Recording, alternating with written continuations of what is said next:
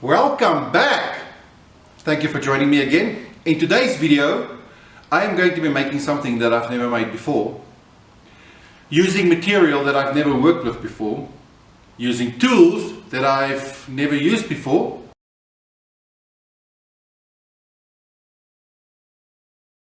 Hi everybody, my name is Johan. Welcome back to my shop. This is the 10th video, so I'm going to challenge myself today. In today's video, I am going to be making a leather apron that I can use around the shop.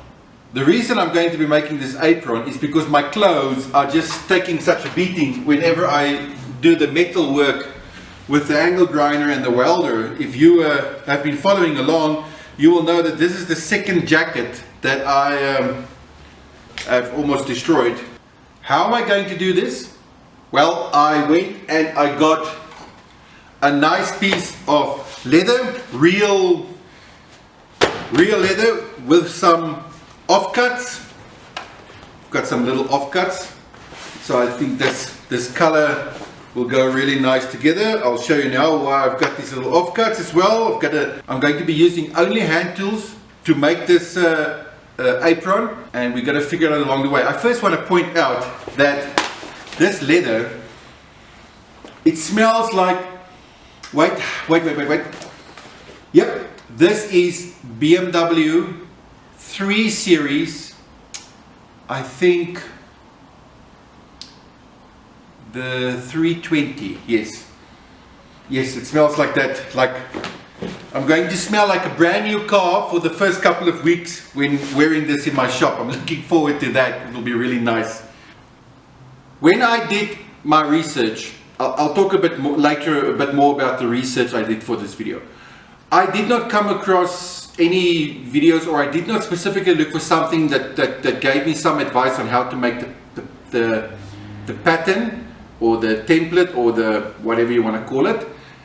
So that part I'm going to figure out myself, but I've got a couple of hours of watching videos on the other things that I have to do to complete this project. My thinking with this was simply that I kind of like this width, okay? So this width I think it's a good width to have the apron stop up here. Then I have to determine the length and how wide it's going to be. So I'm going to start attaching these. So if it's up here, oh, I must probably put something so that when I line this up, every time that I know how high it is I'm looking at, because from holding the leather against my body, I have determined that I don't want the apron to be hanging too low. Definitely about here.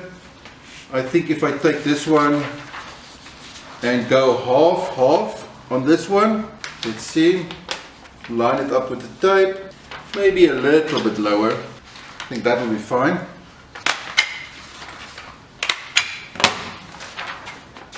I kind of like that length, that's brilliant. Around about here, I need to come out like this. See, now already I can see that will maybe be too long. Okay? So I'm going to do the same here. I will probably have to put some music in here to keep you entertained, because I'm pretty sure watching me trying to figure out paper stapling is not that riveting.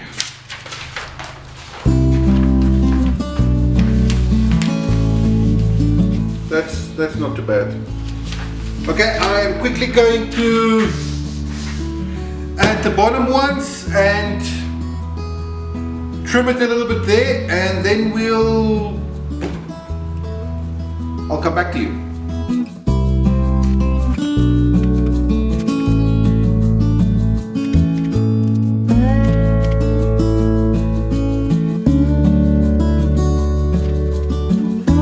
Okay, so this is what we have.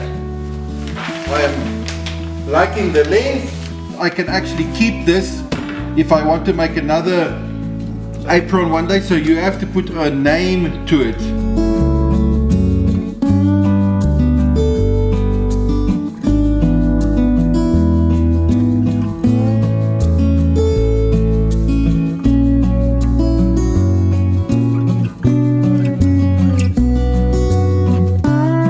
I've got sort of a square here, not completely, so the idea would be to do something like this, but I actually don't want to do that because I need this side to cut the strap so that it goes across the back. So what I'm thinking is I'm going to maybe put it here. Yeah, I think here. See, I need approximately 85 for the back.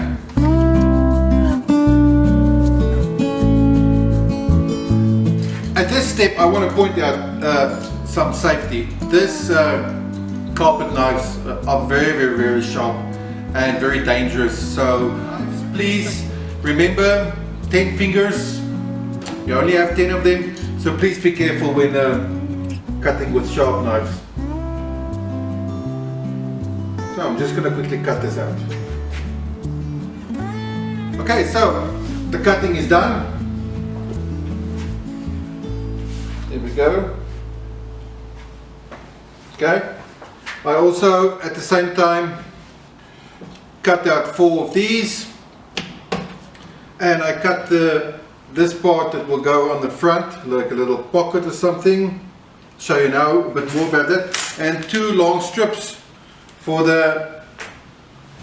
to go over the back.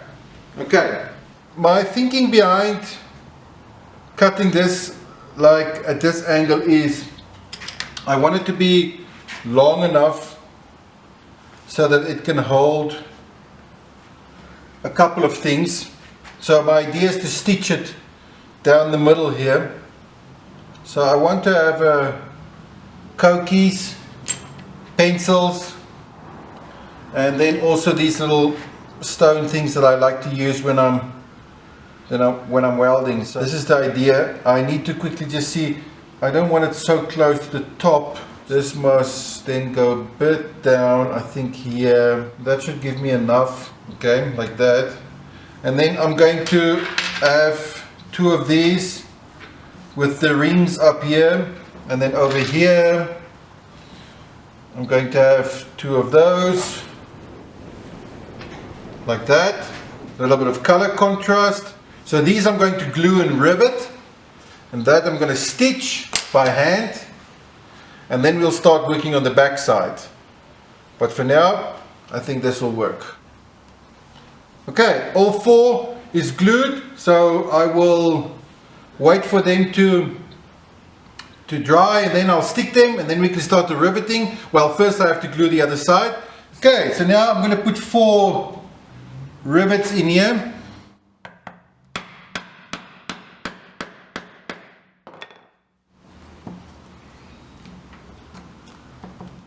I'll tell you one thing I've learned so far is that leather is a lot tougher than it looks. It looks so thin, you'd think it's easy, but it's actually really a tough material. Look, we know leather is tough, but until you start working with it, you don't really understand how.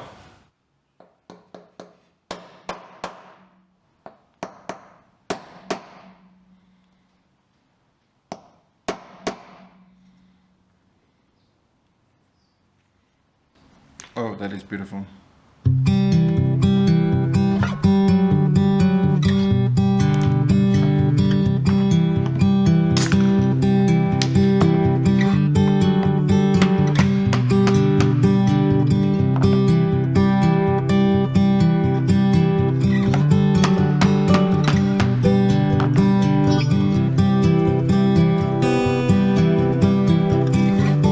Why?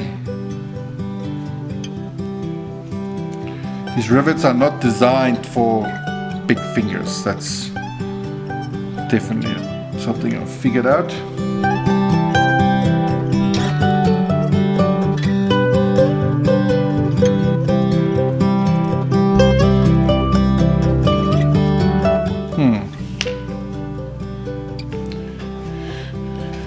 there's obviously spacing problems, not problems, inconsistency in spacing, but to be honest, it's my first time. I don't mind so much now. Awesome! So you can see the bottom of the rivet tool has got it's hollow, it's like an indent to match the cap that goes on top of it.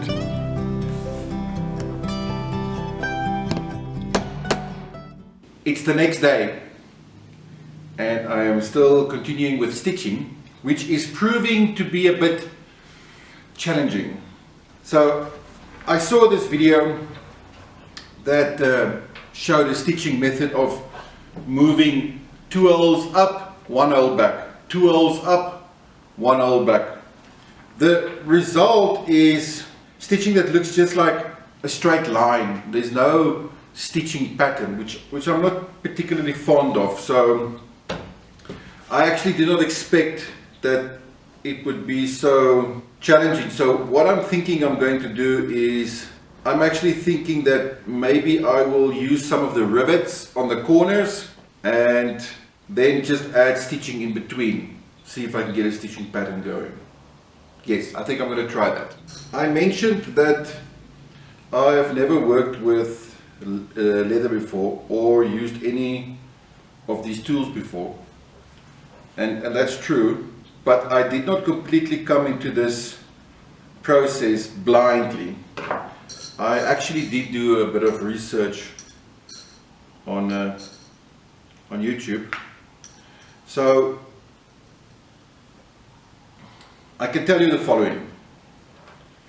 When you type into YouTube leather, anything leather related, you are discovering a rabbit hole which you can literally get lost in. You can tumble down that rabbit hole. You won't believe the information there is. So I got a lot of information, but after about 3 or 4 hours I discovered that I am in fact not Alice, but I am more like Jon Snow. In the sense that when it comes to leather, I know nothing. So it is really fun to go and research something new like this and see all the things. What have I learned so far? If I can share something, you watch the videos and then you get a kind of mental picture of what it is that you're going to have to do. And then with no experience, but with what you've watched and witnessed, you start doing it. So far in the process, what have I learned from watching the videos for research and then doing this? In all the videos I saw, people had a specific knife they used to cut the leather with. It's like a, I don't know how to explain this, it's like a blade, a curved blade like this, like a smile curved.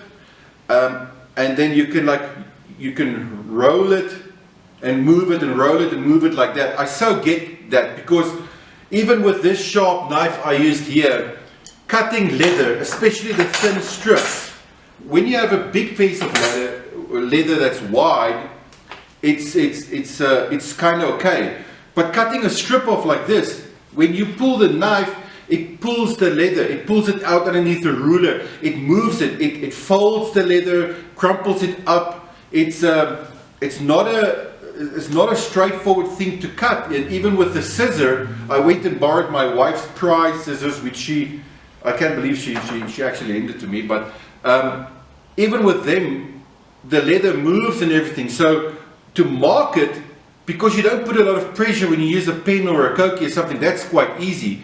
But the minute you try to cut it, the leather moves. So I totally get why they use that knife, because they can have like a rocking cutting effect where you apply pressure from the top down. So that's definitely something that I will put on my list to invest in if I'm going to do more leather work, which I think I will, because I'm quite enjoying this. Despite the limitations in equipment I have, this is actually quite enjoyable. Alright, so I put a lot of rivets around the pockets in the front. enough so that something won't go out the side. So I'm actually thinking that I'm just going to stitch it at the bottom. But right now I am running a little bit out of time, so I'm going to leave the stitching for a little bit later. I can even do it some other time. For now I'm going to start making the straps that go over the back so that at least can wear it so long. While I'm busy working on these straps, if you'll permit me, I want to share with you why did I choose to do something that I've never done before for this 10th video. If I have to give you the answer in one word, it would be limits. After each of my videos I say, make your best life. That's not just a clever slogan that I thought would be catchy or something. It is actually something that I really do believe in and are very passionate about. However, to make your best life, you have to know what is your limits.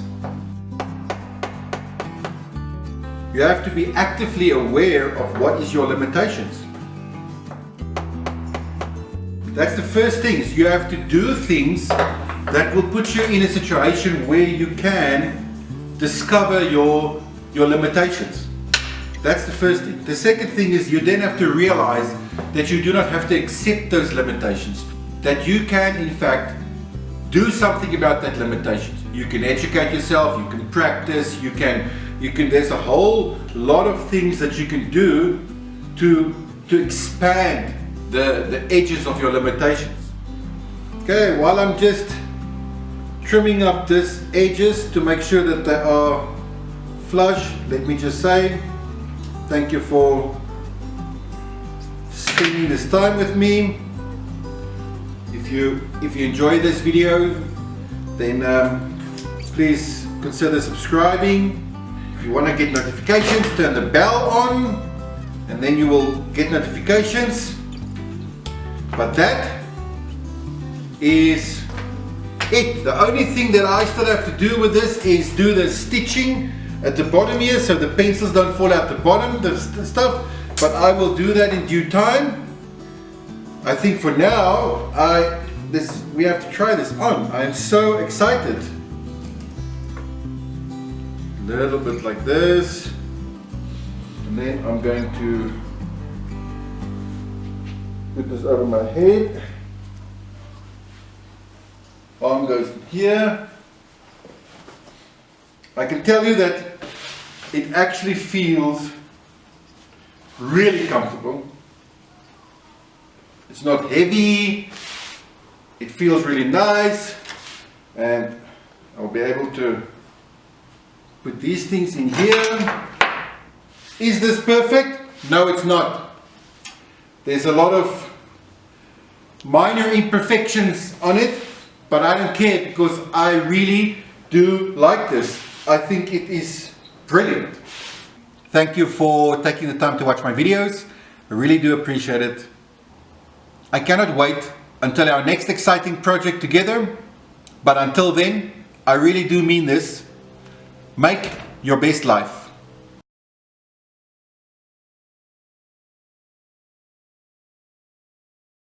While I'm gluing this and okay, I cannot wait to see.